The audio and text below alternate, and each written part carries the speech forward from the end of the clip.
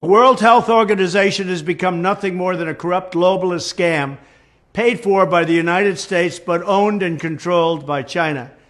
When the China virus reached our shores 3 years ago, the World Health Organization disgracefully covered the tracks of the Chinese Communist Party every single step of the way.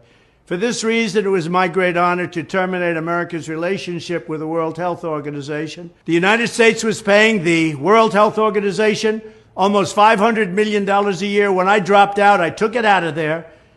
And for 330 million people, even though China was paying only $40 million for 1.4 billion people.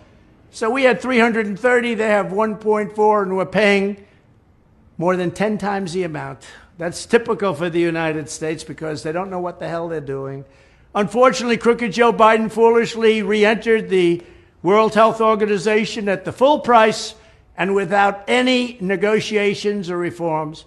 And now Biden is pushing to bypass the United States Senate to enter a pandemic treaty that would surrender American sovereignty to the World Health Organization, again controlled by China.